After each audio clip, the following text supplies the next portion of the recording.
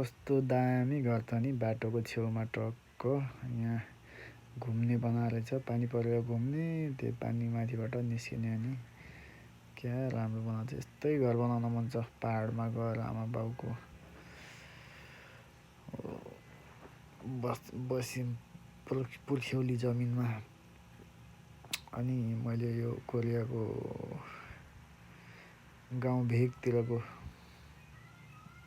दृश्य हो। यहाँ चाहिँ कोरियामा सबैतिर समानान्तर विकास हुन्छ, गाउँ सहर बराबर विकास हुन्छ। यहाँ शिक्षा स्वास्थ्य पानी बत्ती सबै एकदम बजारमा जत्तिकै सुविधा हुन्छ अलि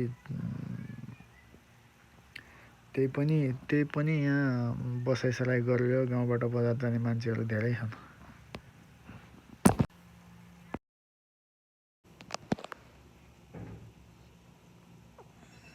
यही हो यहाँको देखिने हाइवे हो। यहाँबाट गाडीहरू दरौ कुदिरहेछन् हाइवेबाट।